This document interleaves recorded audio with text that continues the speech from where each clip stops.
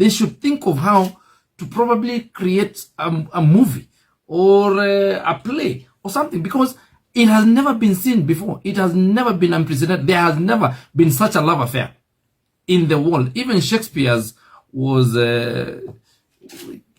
child play. Raila's love affair with Raila Odinga is crazy. He doesn't think of anybody else in this country. He only thinks about himself. And a lot of people are hoodwinked to think that he has the affairs or the interests of this country at heart. He doesn't. And it is time for time has come to call a spade, and it is time to call his bluff. And now, Mr. Odinga, I tell you this: we are coming to you, and we shall come to Kerarapon. We are coming there. We'll just come to consult a bit. We'll be about 50,000 of us, and we are coming on Monday. We are coming to consult a bit to hear. We'll be peaceful, just like you've been peaceful with other people in the country. We'll be very peaceful, but we'll come to Kerarapon.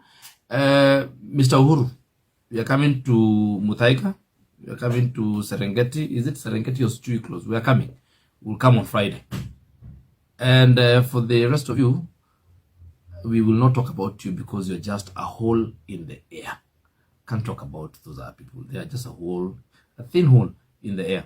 And I will not even address them. But for those two, because we know Mr. Odinga and your sponsor, your chief sponsor, Mr. Uhuru, we are coming. And we shall occupy every inch of all your places. In Geshaya Farm, in Spectra, in Kerarapon, in Kisumu, we will come. And we want you to feel just a little bit of what peaceful Mandamano feels like. We want to bring it to your doorstep. That's the way you brought it. You brought it to our doorsteps. We will come. And we're coming this coming week. We have been waiting to see, we are calculative people. We had been waiting to see how much you can do, and we have established your capacity or lack thereof. And we've realized you have zero capacity. We'll be dealing with you. And finally, to those small boys in town thinking that they can argue with us, we're in government.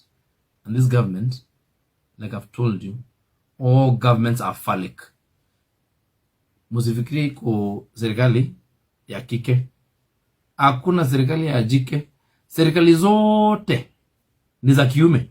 Na hata hii ni ya kiume, na tutaangaliana na nyinyi. Asanteni sana. Na mheshimiwa, jana tuliona Raila akiwa kwa presa alisema kwa yeye kutokea. So wale wa Kenya ndio wamechoka. What do you tell him? Raila Odinga announced, akasema kutakuwa na maandamano. Na sisi tunajua. Unajua nilisema, leo tumeshinda very peaceful day. The day before yesterday was a peaceful day. Only the day that Raila called to be a maandamano day is when there was crisis. Saba, there was crisis. But tarehe 6, there was peace. Tarehe 8, there was peace. And I want to say, by the way, just for the ICC, because I know the ICC community is here also. Now, the case that was brought to you from 2007, you now know the truth. You know who the laws of violence are in this country. The files you have the file against Uhuru Kenyatta, you have the file against Raila Odinga, and you know now who the owners of violence are in this country. You know the people who sponsor violence in this country. And I am asking the International Criminal Justice Court that you now do your work. Otherwise, that nyinyi, you stop making noise all the time and you have no teeth. If you cannot bite and come and pick your clients, your clientele is here in Nairobi. Just come and pick your clientele. Raila Odinga is your client number 1. Uhuru Kenyatta is your client number 2. Martha Karua is your client number 3. And Eunice Wamalwa is your client number 4. Come and pick them. They belong to you. Go and stay with them. We don't want them here. So please, just leave us. Perhaps just to ask, why is it so hard for the government to give these people who are saying that they do peaceful mandamano time for them to make noise and then go home? Why is it that they have to tear gas them? Yesterday, you saw what happened. As early as 8 in the a.m. in Luthuli, you saw people breaking into people's houses, into people's businesses. People were looting TVs, electronics, everything. Shops were looted. Yesterday, 8 p.m., there was no police officer in sight. You have seen that video going around. There was no police officer in sight. So are you saying that we allow anarchy in this country? Did you see the one police carrying gases to their pickup? I am yet to see that, but maybe they were repatriating them to safe place because the hooligans were going to come and steal them. Mheshimiwa, you said that you are going for Raila on Monday, and also a few minutes ago ametangaza kwamba Wednesday kuna maandamano tena. Ni sawa aandamane Wednesday, lakini kabla ya kuja kuandamana, because we are saying, and we are peaceful people, and we are saying it is okay for him to andamana, but we want to find out whether there is something important that he wants. We probably need to discuss with him, and therefore we will go and have vigil at his place so that we consult. And because I know he's used to these underhand deals za kupatiwa handshake, we are saying there is no underhand handshake. If there will be a handshake, we'll be there witnessing it. Will be 50,000 of us. Will be witnessing the hand, so that he tells us what it is that he wants. He tells us what his issues are. Then we deal with them, and then we deliver them to the president. Why has it taken the government so long to? Tunauliza vipi kuhusiana na signature, kwa sababu Azimio wanachukua signature, na hizo signatures zitasaidia. Ni vizuri ujue kwamba kuna jinsi ambazo zimeelezewa katika katiba za kumtoa rais aliyechaguliwa na watu na rais ambaye sasa amechosha watu.